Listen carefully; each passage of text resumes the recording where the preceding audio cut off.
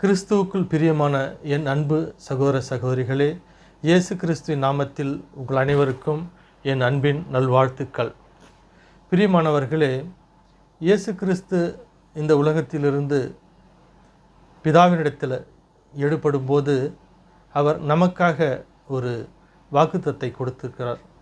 அது என்ன வாக்குத்தத்தம் என்று நாம் பார்ப்போமானால், யோவான் எழுதிய சுவிசேஷம் 14வது அதிகாரம் 16வது வசனத்திலே அவர் நமக்கு கொடுக்கிறார். என்றென்றும் உங்களோடு இருக்கும்படி மற்றொரு துணையாளரை உங்களுக்காக தருமாறு நான் தந்தையிடம் கேட்பேன். இயேசு கிறிஸ்து இந்த உலகத்தை விட்டு பிதாவினிடத்தில் சென்ற பிற்பாடு நமக்கு ஒரு துணையாளரை நம்மோடு கூட விட்டு செல்வாராம். நமக்காக அவர் ஏற்படுத்துவேன் என்று சொல்லியிருக்கிறார். அந்த துணையாளனாகிய பரிசுத்த ஆவியானவர் தேற்றரவாளன் என்று கூட சொல்லுகிறார்கள். கம்போட்டர், தேற்றரவாளன், நம்மை தேற்றுகிறவர், நம்முடைய அன்றாட வாழ்க்கையில் நமக்கு நடக்க வேண்டிய வழிகளை கற்றுத்தருகிறவர், நமக்கு பாதுகாப்பை அளிக்கிறவர், நம்மை பாவத்திலிருந்து விடுதலையாக்குகிறவர், நமக்கு எல்லாவற்றிற்கும் எல்லாமாக நம்மை நடத்த அவர் என்றென்றும் நம்மோடு கூட இருக்கும்படி ஒரு தேற்றரவாளனை இயேசு கிறிஸ்து நமக்காக கொடுத்திருக்கிறார். அதுதான் யோவான் எழுதிய சுவிசேஷம் 14வது அதிகாரத்தில் 16வது வசனம் இவ்வாறாக சொல்லப்பட்டிருக்கிறது. எனவே பிரியமானவர்களே, இந்த பரிசுத்த ஆவியானவர் நமக்கு 6 விதமான காரியங்களை செய்கிறார். நமக்கு 6 விதமான அபிஷேகத்தை செய்கிறார். இப்போ இந்த 6 விதமான அபிஷேகங்கள் என்னென்ன என்று பார்க்க போனால், வேதகத்திலே 6 விதமான ரூபங்களில் அவர் நம்மோடு கூட ஈடுபட்டிருக்கிறார். அந்த ரூபங்களையும் அந்த செயல்களையும் குறித்து நாம் இன்றைய பதிவிலே நான் உங்களோடு கூட பேச விரும்புகிறேன். கிறிஸ்துவுக்குள் பிரியமானவர்களே, அந்த 6 நிலைகளை நாம் இப்பொழுது பார்ப்போம். முதலாவது, அக்னி ஜுவாலை மூலமாக நம்மோடு கூட அவர் பேசுகிறார். இந்த அக்னி என்பது நம்மிடத்தில் வரும்போது நம்மை சுட்டெரிக்கக்கூடியதாக இருக்கிறது. நாம் கட்டுண்டு இருக்கிற பாவங்கள், நம்ம உள்ளத்தில் இருக்கக்கூடிய கசப்பின் வேர்கள், பாவ இருள், இதுபோல் நம்முடைய சரீரத்தில் தேவனுக்கு பிரியமில்லாத எத்தனை விதமான அழுக்குகள் கட்டுண்டு கிடக்கிறதோ, இந்த விபச்சார, வேசித்தன, அசுத்த கிரியைகள், எல்லா விதமான பாவக்கட்டுகளில் இருந்தும் நம்மளை முற்றிலுமாக எரித்து நம்மை பரிசுத்தப்படுத்த அக்னியாக நம் உள்ளத்தில் இறங்கி வருகிறார். அதற்கான ஒரு வசனம்தான் மத்தேயு அதிகாரம் 3:11வது வசனம் சொல்லுகிறது. அவர் தூய ஆவி என்னும் நெருப்பால் திருமுழுக்கு கொடுப்பார். அவர் தூய ஆவி என்னும் நெருப்பால். பிரியமானவர்களே, நீங்கள் ஒரு நெருப்பை பாருங்கள். நெருப்பு நீங்கள் எவ்வளோதான் அதுக்குள்ளே குப்பைகள் போட்டாலும் எல்லாவற்றையும் அழிக்கக்கூட வல்ல முடியாது. அதனால தான் இயேசு கிறிஸ்து அப்போஸ்தலர் 2வது அதிகாரத்தில் 2வது வசனத்தில் அவருடைய சீடர்கள் 150க்கு மேலாக அங்கு அமர்ந்து ஜெபித்து கொண்டிருக்கும்போது அவர் அக்னியாக அங்கு இறங்கினார். அக்னி பிழம்புகளைப் போல அவருடைய ஒவ்வொருவர் மேலும் இறங்கி அவர்களை பரிசுத்தப்படுத்தினார். அவருடைய சீடர்கள் அவருக்காக காத்திருந்தவருக்கு மேலே இறங்கி அவர்களை அபிஷேகம் பண்ணினார். நாம் அவருக்காக காத்திருக்கும்போது, அவருக்காக நாம் நம்முடைய அறையில் தனிப்பட்ட முறையில் அமர்ந்து, பரிசுத்த ஆவியானவரே என்னை அபிஷேகப்படுத்துங்க, என்னுடைய பாவக்கட்டிலிருந்து என்னை விடுதலையாக்குங்கன்னு சொல்லி நம்ம ஜெபிக்க நம்முடைய ஆயத்தப்படுத்தி அமர்ந்திருமானால், நிச்சயமாக அவர் நம்மீது பரிசுத்த ஆவி நெருப்பை பொழிந்து நம்மை தூய்மைப்படுத்த அவர் இப்பொழுது ஆயத்தமாக இருக்கிறார். எந்த ஒரு பொருளையும் பாருங்கள் அக்னியால் தூய்மைப்படுத்தப்படுகிறது. ஒரு வெள்ளியை 7 முறை அக்னியில் போட்டு அக்னி உலையில் போட்டு எடுக்கும்போது அதுதான் துல்லியமான மிக உயர்ந்த விலைமதிப்புள்ள ஒரு வெள்ளியாக மாற்றப்படுகிறது. அதே போல் பொண்ணு எந்த ஒரு உலோகமானாலும் சரி நெருப்புக்குள்ளே போட்டு தான் அதை பலமுறை சுட்டு பலமுறை அதை எடுத்து தான் அதை தூய்மைப்படுத்துகிறார்கள். அதுபோல் இயேசு கிறிஸ்து தன்னுடைய பரிசுத்தமுள்ள ஆவியை அக்னி போல நம் மீது பொழிய செய்து நம்முடைய இருதயத்தை, நம்முடைய ஆத்துமாவை, நம்முடைய சரீரத்தை தூய்மைப்படுத்துகிறார். இரண்டாவதாக ஜீவ தண்ணீர். யோவான் எழுதிய சுவிசேஷம் 4வது அதிகாரம் 14வது வசனத்திலே, நான் கொடுக்கும் தண்ணீர் குடிக்கிறவனுக்கோ ஒரு காலம் தாகம் உண்டாகாது. நான் அவனுக்கு கொடுக்கும் தண்ணீர் அவனுக்குள்ளே நித்திய ஜீவகாலமாய் ஊறுகிற நீரூற்றாய் இருக்கும் என்றார். இயேசு கிறிஸ்து அந்த கானானிய ஸ்திரீ கிட்ட தண்ணீர் கேட்கிறார். அந்த கானானிய ஸ்திரீ அவரிடத்த பல வகையான வார்த்தைகளை பேசுகிறார். நீ யூதனாக இருக்க, நான் சமாரிய பெண், எப்படி தண்ணீர் கேட்கலாம் என்ற காரியங்கள்லாம் நீங்கள் படிச்சிருப்பீங்க. அந்த இடத்துல இயேசு கிறிஸ்து சொல்லுகிறார், நான் குடிக்கும் தண்ணீரை நீ பருகினால் மீண்டும் தாகமே எடுக்காது. அப்போ இந்த தண்ணீர் எந்த தண்ணீரை கொடுக்குறார் அப்படின்னா, ஜீவனுள்ள வார்த்தைகள் தான் அவருடைய தண்ணீர். அப்போ இயேசு கிறிஸ்து இந்த தண்ணீரை போல பரிசுத்தமுள்ள ஆவியானவர் இந்த நீரூற்றுக்கு ஒப்பாக இருக்கிறார். நீங்கள் வசனங்களை படித்து தியானிச்சுட்டு நீங்கள் ஒரு காரியத்துக்கு போகும்போது அந்த வசனங்களை உங்கள் உள்ளத்தில் நீரூற்று போல புறப்பட செய்து நாம் செய்கிற அனைத்து காரியத்தையும் சரிவர செய்யவும், தெள்ள தெளிவோடு செய்யவும், ஞானத்தோடு செய்யவும் பரிசுத்த ஆவியானவர் நம்ம உள்ளத்தில் நீரூற்று போல பொங்கி வருகிறார். அதுதான் இரண்டாவதாக, நாம் நீரூற்று போல் அவர் பொங்கி வருகிறார். யாத்திரையாகமத்தில் கூட ஒரு கண்மலையின் மீது மோசே தட்டும்போது கண்மலை வெடிப்பு உண்டாகி அங்கே ஒரு நீரூற்று புறப்படுகிறது. அதுதான் இயேசு கிறிஸ்துவனுடைய பரிசுத்தமுள்ள நீரூற்று. அதை பருகினார்கள். ஆனால் இன்று நமக்கு பரிசுத்தமுள்ள ஆவியானவரை நம் இருதயத்தில் கொடுத்து நம்மை ஒவ்வொரு நாளும் பலப்படுத்துகிறார்.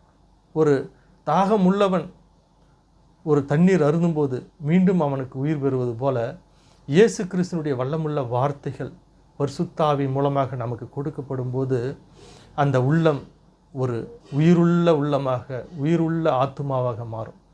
மரித்து போன ஆத்துமாக்கள் மீண்டும் உயிரடை செய்யும். பலனற்ற ஆத்துமாக்கள் மீண்டும் உயிருள்ள மாற்றப்படும்.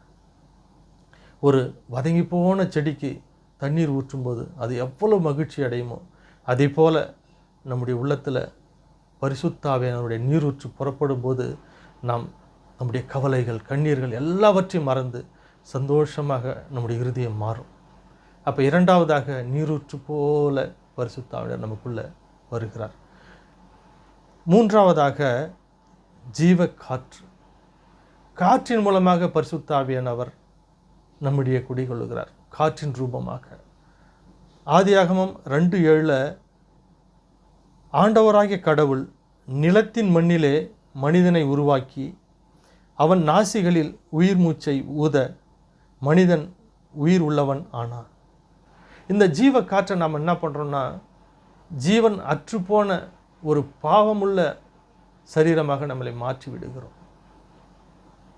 எவ்வளோ பேர் இந்த உலகத்தில் உயிரோடு நடமாடி கொண்டு இருப்பது போல் இருக்கும், ஆனால் அவர்களுடைய ஆத்துமாக்கள் மரித்த நிலைமையில் இருக்கும். பாவம், குடிவெறியின் ஆவி, விபச்சாரத்தின் ஆவி, வேசித்தனத்தின் ஆவி, லஞ்சம் வாங்குகிற ஆவி, பல வகையான ஆவிகள் அந்த ஆத்துமாவை கட்டுண்டு அந்த ஆத்துமாவை சாகடித்த நிலைமையில் இருப்பார்கள். அந்த மரித்து போன ஆத்துமா மீண்டும் உயிரடைய செய்யணுமா, இயேசு கிறிஸ்துவுடைய வல்லமுள்ள ஆவியை நமக்கு கொடுத்து, பரிசுத்தமுள்ள ஆவியை, ஜீவ ஆவியை கொடுத்து நம்முடைய ஆத்துமாவை பரிசுத்தமுள்ளதாக மாற்றுகிறார். அப்போஸ்தலர் பணியில் 2வது அதிகாரம் 2வது வசனத்தில், அப்பொழுது பலத்த காற்று அடிக்கிற முழக்கம்போல் வானத்திலிருந்து சடுதியாய் ஒரு முழக்கம் உண்டாகி அவர்கள் மேல் உட்கார்ந்திருந்த வீடு முழுவதும் நிரப்பிற்று. அப்போ பரிசுத்தமுள்ள ஆவியானவர் காற்று போல வந்து அவருக்காக காத்திருந்த மீது இறங்கிற்று. அப்போ ஆவியானவர் காற்றை போல வருகிறார். தென்றல் காற்று எதுக்குங்க? ஒரு காற்று எதுக்கு பயன்படுது அப்படின்னு பார்த்தோம்னால், நம்முடைய உயிர்ப்பிக்கிற நிலை, மரித்து போன ஆத்துமாவை உயிர்ப்பிக்கிற நிலை. இந்த நிலையில் தான் நம்ம ஆண்டவராகிய இயேசு கிறிஸ்து நம்மை தேற்றுகிறார். நம்மை மரித்து போன ஆத்துமாவை உயிர்ப்பிக்கிறார். மரித்து போன ஆத்துமா மீண்டும் உயிரடைகிறது. எனவே பிரியமானவர்களே, இந்த பரிசுத்த ஆவியானவரை நாம் பெற்றுக்கொள்ளுவோம். நம்முடைய ஆத்துமா, மரித்து போன ஆத்துமாவை மீண்டும் உயிரடை செய்வோம். நான்காவதாக, ஒளியாக இருக்கிறார். யோவான் எழுதிய சுவிசேஷம் 8வது அதிகாரம் 12வது வசனம் இவ்வாறாக சொல்லுகிறது: இயேசு மக்களை பார்த்து, உலகின் ஒளி நானே, என்னை பின்தொடர்பவர் இருளிலே நடக்க மாட்டார், வாழ்வுக்கு வழிகாட்டும் ஒளியை கொண்டிருப்பார் என்றார். இயேசு கிறிஸ்துவை பெற்றுக்கொண்ட பிள்ளைகள் ஒளியை தரித்து கொண்டவர்களாக இருப்பார்களாம். அப்போ இருளிலே அவர்கள் நடக்க மாட்டார்கள். அப்போது நம்முடைய இந்த உலக வாழ்க்கையில் கண் கட்டப்பட்டவர்களாக, ஒளியற்றவர்களாக நாம் இருப்போமானால், இயேசு கிறிஸ்து கொடுக்கிற அந்த ஜீவ ஒளியை நாம் பெற்றுக்கொள்ள வேண்டும். ஒரு இருளில் நாம் நடக்கும்போது நாம் சுதந்திரமாக நடக்க முடியாது.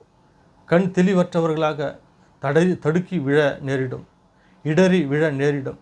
நாம் செய்கிற காரியம் சரியானதா தவறானதா என்று அறியாமல் இருக்கிற சூழ்நிலை ஏற்படும். அதே ஒரு வெளிச்சத்தில் நீங்கள் வேலை செய்யும்போது தெளிவாக ஒரு வேலையை செய்ய முடியும். தெளிவாக அந்த காரியத்தை வெற்றிகரமாக செய்து முடிக்க முடியும். நம்முடைய எதிர்காலத்தை குறித்து நமக்கு கவலைகள் இருக்கலாம். ஏன்னா நம்முடைய எதிர்காலம் நமக்கு தெரியாது. ஆனால் ஆண்டவரோடு இணைந்து செயல்படும்போது ஆண்டவர் அவருடைய ஞான ஒளியை நமக்கு கொடுத்து அவருடைய பாதையில் நம்மளை நடத்துவார். அப்பொழுது நாம் நம்முடைய பாதையில் தெளிவான ஒரு வழியில் நாம் நடக்க முடியும்.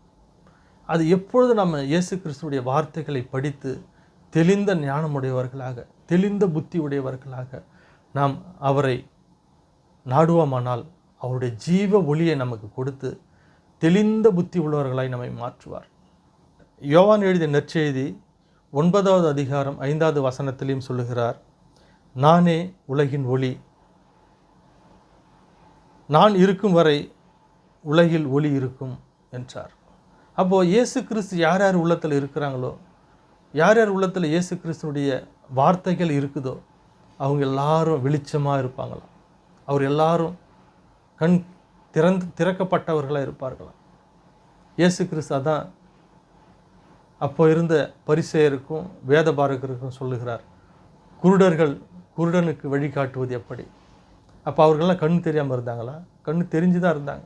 இருந்தாலும் தேவனுடைய வாக்கியத்தை புரிந்து கொள்ள முடியாமல் இருந்தாங்க. தேவனுடைய வசனம் என்ன சொல்லுதுன்னு புரிந்து கொள்ள முடியாதவர்களாக இருந்தாங்க. அப்போ இயேசு கிறிஸ்து நமக்கு இந்த வார்த்தைகள்லாம் கற்றுக் கொடுக்கும்போது இந்த வார்த்தைகள் நமக்கு புரிய வரும். இந்த வார்த்தைகள் எதற்காக நமக்கு சொல்லி கொடுத்தார், இந்த வார்த்தைகளை நாம் எதற்காக படிக்க வேண்டும். நம்ம இந்த உலகத்தில் நிலையற்றவர்களாக இருந்தாலும் நித்திய ஜீவன் வரைகளும் சென்று சேர அவருடைய வல்லமுள்ள வார்த்தைகள் நமக்கு ஒளியாக இருக்கிறது. எனவே பிரியமானவர்களே, அவருடைய ஒளியை தரித்து கொள்வோம். மற்றவர்களுக்கும் நாம் ஒளியாக இருப்போம். அடுத்தபடியாக அபிஷேக தைலம், எண்ணெய். இயேசு கிறிஸ்து கெத்சமனே என்ற தோட்டத்தில் அவர் இரத்த வியர்வையால் வியர்க்கப்பட்டார். அவருடைய ஆத்துமாவில் ஏற்பட்ட துக்கம், அவருடைய ஆத்துமாவில் ஏற்பட்ட பலவீனம், அவருடைய அதிகப்படியான அவருடைய பாடுகளினுடைய வேதனை அவரை உள்ளுக்குள்ளே நிரப்பி அவருடைய சரீரத்தின் வேர்வை துளை மூலமாக இரத்தம் வேர்வையாக கொட்டியது. அப்போ அதுபோல் நெருக்கத்தின் பாதையில் வந்த இரத்த துளிகள் தான் இப்போ இந்த அபிஷேக தைலத்துக்கு ஈடாக ஒப்பிடப்படுகிறது. ஒரு தைலம், ஒரு எண்ணெய் எடுக்க வேண்டுமானால் அந்த வித்தை எடுத்து, அந்த விதையை எடுத்து நாம் ஒரு செக்கில் போட்டு அரைக்கும் போது தான் அந்த எண்ணெயானது வெளியே வருகிறது. அதுபோல தான் அந்த எண்ணெய் எதற்கு அடையாளம்னா, ஒரு கசக்கப்பட்ட, ஒரு நெருக்கப்பட்ட, ஒரு செக்கில் போட்டு ஆடி வெளிவந்த ஒரு எண்ணெய்க்கு ஒப்பானதாக இயேசு கிறிஸ்துவனுடைய கெத்செமனே தோட்டத்தில் சிந்தப்பட்ட அந்த இரத்தம் அந்த இரத்தத்துக்கு ஈடாக சொல்லப்படுகிறது. இந்த இரத்தம் நம்மை சுத்திகரிக்கும். இந்த இரத்தம் சகல பாவத்திலிருந்தும் நம்மை நீக்கி எடுக்கும். அதனால் இந்த இரத்தம், இந்த அபிஷேக தைலம் யார் மீது பூசப்படுகிறதோ அவர்கள் தேவனுடைய ஆவியை பெற்றவர்களாக இருப்பார்கள், தேவனுடைய வல்லமையை பெற்றவர்களாக இருப்பார்கள். 1 சாமுவேல் 16வது அதிகாரம் 13வது வசனத்தில், சாமுவேல் எண்ணெயால் நிறைந்த கொம்பை எடுத்து அவன் சகோதரர் முன்னிலையில் அவனை திருப்பொழிவு செய்தார். அன்று முதல் ஆண்டவராகிய ஆவி தாவீதின் மேல் நிறைவாக இருந்தது. இயேசு கிறிஸ்து மரித்து அவருடைய இரத்தம் பண்ண பிற்பாடு தான் இந்த அபிஷேகம் பெற வேண்டும். ஆனாலும் முன்னதாகவே இயேசு கிறிஸ்துவுடைய பாடுகளை குறித்து இந்த அபிஷேகம் பண்ணப்படுகிறார். தாவீது அபிஷேகம் பெற்றுக்கொண்டது இயேசு கிறிஸ்துவுடைய பிற்பாடு நடக்கப் போகிற இந்த பாடுகளின் பயனாக வருகிற பலனை தான் அப்பொழுதே ஆண்டவர் தாவீதுக்கு கொடுத்து விட்டார். இதை நாம் புரிந்து கொள்ள வேண்டும்.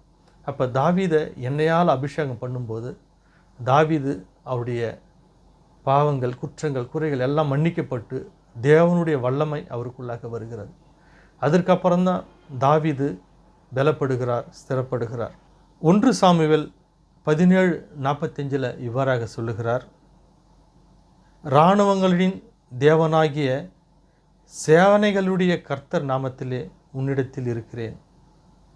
அப்போ பாருங்கள், சேனை என்றால் ஒரு பாதுகாப்பு. இப்போ ஒரு மனுஷன் சேனைகளுடைய ஆவி மூடி மறைச்சிச்சுன்னா இந்த உலகத்தின் ஆவி அவரை ஒன்றுமே செய்ய முடியாது. அதுபோல தான் தாவீது இந்த அபிஷேகம் செய்த பிற்பாடு எந்த ஒரு தீங்கும் அவரை நெருங்க முடியவில்லை. அவர் சென்ற இடமெல்லாம் அவருக்கு வெற்றி தான்.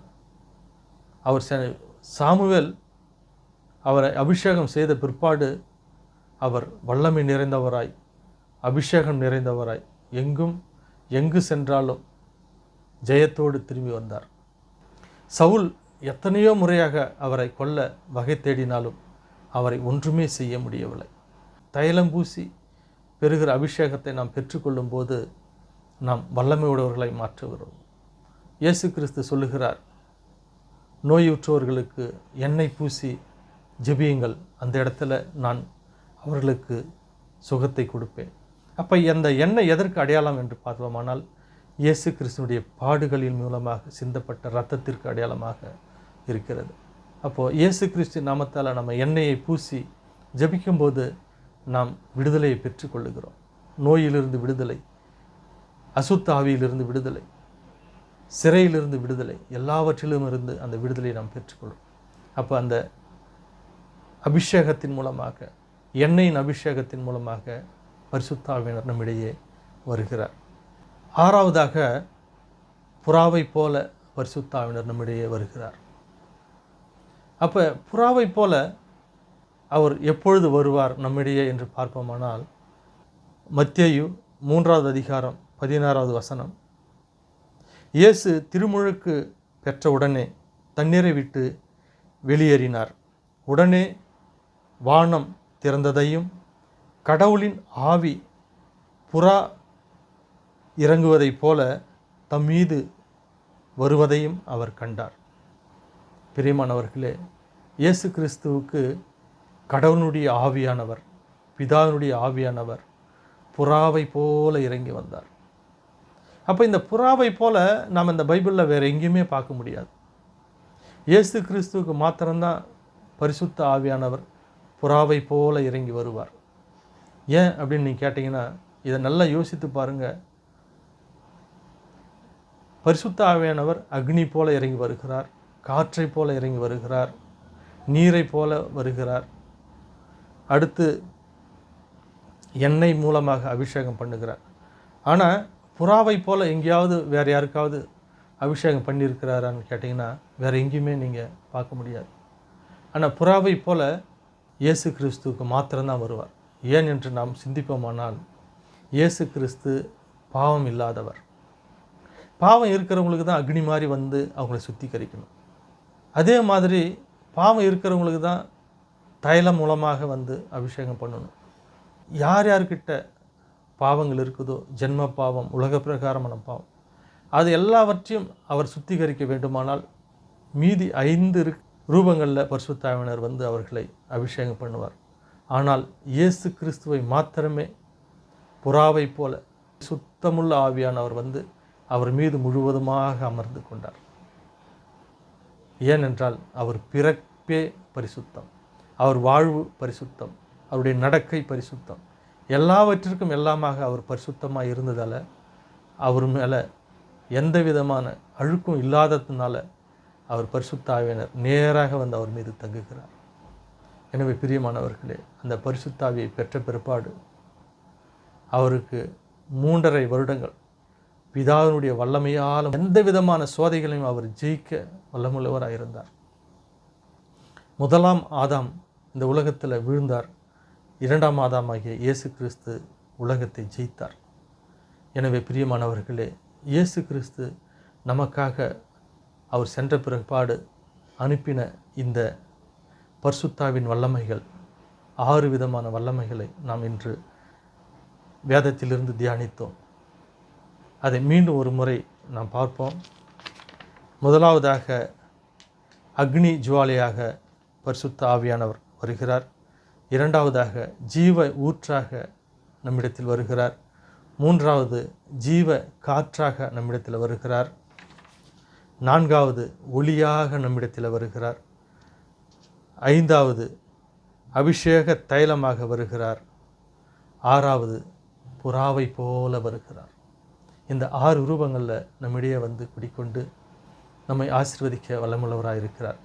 நாம் பரிசுத்த ஆவியானவருக்கு இடம் கொடுப்போம், அவருக்காக காத்திருப்போம், அவரை நம் உள்ளத்தில் ஏற்றுக்கொள்வோம். அவரை முற்றிலுமாக நாம் விசுவாசிக்கும் போது, அவருக்கு இடம் கொடுக்கும்போது நம்மை பரிசுத்தப்படுத்தி, நம்மை பலப்படுத்தி, ஸ்திரப்படுத்தி அவர் வழியிலே நம்மை நடத்துவார். நம்முடைய எதிர்காலத்தை குறித்த பயத்திலிருந்து நம்மளை விலக்கி காப்பார். நம்முடைய பிள்ளைகளை பாதுகாப்பார். பரிசுத்தாவியில் நிரம்பி நம்முடைய ஜீவிய காலத்தை கிறிஸ்துவுக்கு நேராக திருப்பி அவருடைய வழியில் செல்ல நாம் முற்படுவோம். கண்களை மூடி நாம் ஜெபிப்போம். எங்கள் அன்பும் இரக்கமும் நிறைந்த பரிசுத்த ஆவியானவரே, இயேசு கிறிஸ்து எங்களுக்கு அனுப்பின தேற்றரவாளனே, நாங்கள் படிக்கிற ஒவ்வொரு வார்த்தைகளையும் தினந்தோறும் எங்கள் உள்ளத்தில் நாங்கள் வைத்து அதை தியானித்து சொந்த வழியில் நாங்கள் வாழ எங்களை அர்ப்பணிக்கிறோம். உம்முடைய வல்லமுள்ள ஆவி எங்களை ஆட்கொண்டு தினந்தோறும் எங்களை நடத்தி எங்களை ஒப்பு கொடுக்குறோப்பா. எங்களை மாத்திரமல்ல, எங்கள் பெற்றோர்கள், பிள்ளைகள், சகோதரர்கள், சகோதரிகள், நாங்கள் வேலை ஸ்தலங்களில் வேலை செய்கிற இடத்துல எங்கள் அதிகாரிகள், உடன் ஊழியர்கள் எல்லாரையும் ஆசீர்வதிங்க. இதோ எங்களுடைய தேசத்தில் உம்மை அறியாதபடிக்கு கண்கள் கட்டப்பட்ட நிலையில் இருக்கிற ஒவ்வொரு பிள்ளைகளுடைய கண்களை திறந்தருளுங்க. இயேசு கிறிஸ்துவை அறிகிற அறிவை எல்லாரும் பெற்றுக்கொள்ளவும், அவர் கொடுக்கிற பாவ மன்னிப்பிலிருந்து எல்லோரும் விடுதலையாகவும் கிருபை பாராட்டுங்கப்பா. எங்கள் தேசம் முழுவதும் உம்மை அறிந்து கொள்ளவும், உம்முடைய வழியை அவர்கள் பின்பற்றவும், தடைகளாக இருக்கிற எல்லா விதமான அசுத்த காரியங்களையும் சுட்டெரித்து வல்லமையாய் இறங்க இதோ இந்த நேரத்தில் உம்மை கெஞ்சி மன்றாடுகிறோம். உம்முடைய வல்லமையும் கிருபையும் தயவையும் பதிவை கேட்டுக்கொண்டிருக்கிற, பார்த்து கொண்டிருக்கிற ஒவ்வொரு மீதும் உம்முடைய அபிஷேகம் ஊற்றப்படட்டும். அவர்களுடைய கட்டுகளிலிருந்து அறுபடட்டும் அப்பா. அவருடைய இருதயம் தேற்றப்படட்டும். அவருடைய உள்ளத்தில் நிறைவாய் தங்கி அவர்களை ஆசீர்வதிங்க. தொடர்ந்து கிறிஸ்துவுக்குள்ளாக நாங்கள் எல்லோரும் வாழவும், உம்முடைய நித்திய ஜீவன் அடையும் வரை நாங்கள் உமது நீர் எங்களுக்கு நியமித்திருக்கிற ஓட்டத்தில் ஓடவும் பலன் தாரும். இயேசுவின் நாமத்தில் ஜெபம் கேளு நல்ல பிதாவே. ஆமேன், ஆமேன். கடவுள் உங்களை ஆசீர்வதிப்பார். சந்தோஷமாக இருங்க. நிச்சயம் உங்களுக்கு அற்புதத்தை எதிர்பாருங்க. இயேசு கிறிஸ்து உங்களை ஆசீர்வதிக்கிறார். ஆமேன்.